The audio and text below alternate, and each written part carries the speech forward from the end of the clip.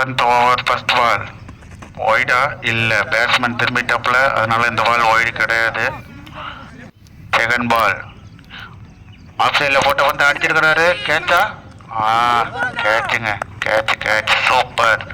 சூப்பராக கோலாக பிடிச்சாருங்க. திரும்ப பார்க்கலாம்.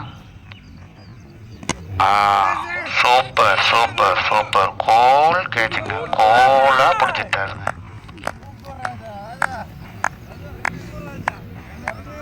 தேர்ட் பால், இது ஒரு டாட் பாலுங்க. ஃபோர்த் பால், இதுவும் ஒரு டாட் பாலுங்க. ஃபிஃப்த் பால், அடிச்சிருக்காரு. சூப்பராக ஃபெயில் பண்ணிட்டாருங்க.